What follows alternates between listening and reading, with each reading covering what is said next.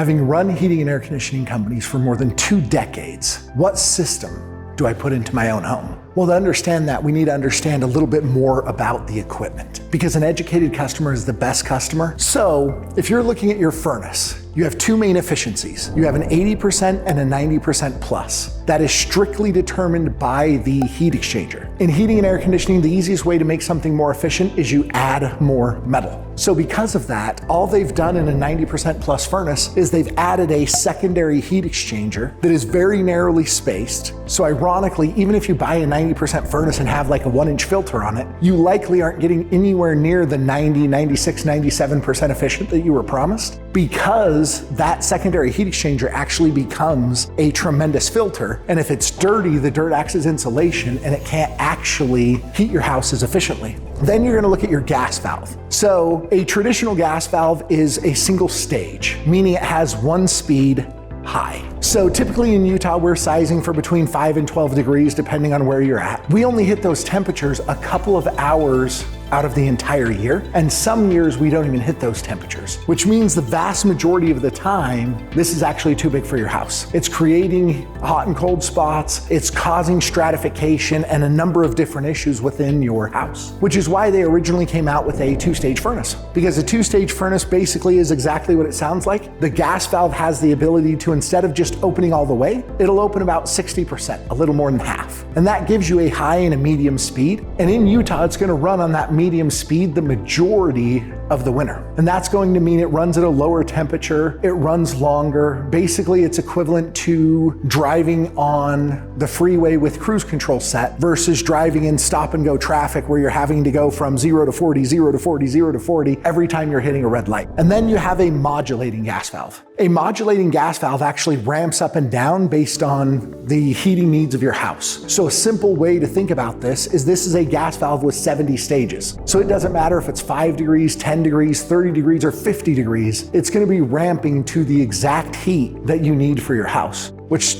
means it's gonna run far longer, but it's also gonna be a far more comfortable system. So you're not gonna have, the basement freezing while the top floor is an oven. Because since you're putting out less heat and for a longer period of time, the air doesn't begin to stratify, meaning that hot air rises and cold air falls. Next thing we have to look at is our blower motor. So for many, many, many years, furnaces had a PSC blower in them, which means permanent split capacitance. These were a AC motor. They were incredibly inefficient. Years and years and years ago, a phenomenal technician, his name was Wade. He went to work for the state of Utah after I'd left the company that I was running. And they were putting in ECM motors, replacing PSC motors, even in low-income housing in Utah, because it just cost too much, since they were helping with the utility bills, to run a PSC motor. So thankfully, the government is working to eliminate PSC motors entirely with the new SEER 2 efficiencies and all of the upgrades that have happened recently, so that it isn't just the absolute poorest people who are getting a much better motor. So an ECM motor is a DC motor. It's gonna run far more efficiently than your PSC motor ever did.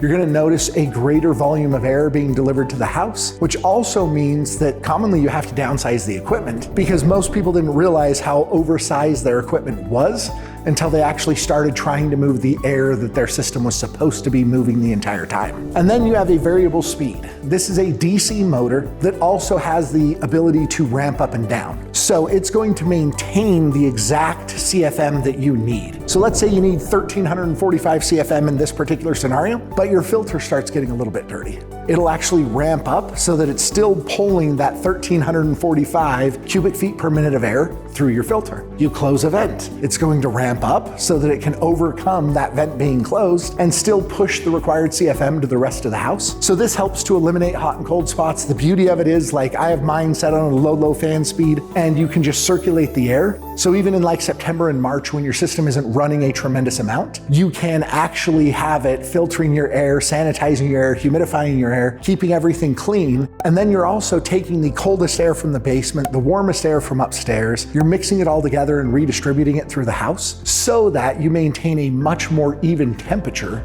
throughout the entire home, which sets it up quite beautifully. And so most people don't realize this, but sizing of your furnace also matters, because it doesn't matter if you have a 2-stage furnace if it's grossly oversized for your house. So a simple way to break this down is if you have an 80,000 BTU furnace, you only need 80,000 BTUs at 5 degrees in the majority of Utah. But at 65 degrees, you need 0 BTUs to keep your house at 72 because of the warmth that your body produces, your electronics produce, your oven, everything else that you're doing just as you're living your life. So that means at 35 degrees, you only need 40,000 BTUs, or half of those BTUs that your system has, which is why having a properly sized system matters so much, because if you get a 2-stage furnace but they put in 100,000 BTUs and that first stage is 60,000 BTUs, it's still oversized the vast majority of the time. And so you want to make sure you're getting the correct equipment set up for your home. And so when you look at what I went with for my great-grandpa's house that I'm restoring and rebuilding and everything else, I did a 97% furnace with a modulating gas valve. Now, modulating might be a little bit overkill because the house is only, 1,050 square feet. But the reason I still went with the modulating furnace is because if you open a door, you're going to get a giant gust of cold air, and I want that furnace to be able to quickly ramp up, solve that problem, and quickly ramp back down. And then of course, I have a variable speed motor, because with my sensitivities to air quality and everything else, I need that fan running constantly so that I'm always cleaning and bettering the air inside of my house. And I dropped the size of my furnace by 40,000 BTUs, because as you've seen in the other videos, the furnace was cracked. Every single heat exchanger in the furnace had a crack in it. The furnace had been completely destroyed. The old furnace was a 80% single stage with a PSC motor. It was literally the worst thing you could possibly buy, and something I would never put into my own home. I wouldn't even put it into a rental property I had. That's how against that specific furnace I am. And so it works out beautifully, because when you understand what the furnace is actually going to do for you, instead of listening to some sales pitch or whatever it might be, you can look at your house, how your family lives, and determine what you want for you and your family. And what I wanted ended up being the top of the line system because I needed it to take care of my family and our health.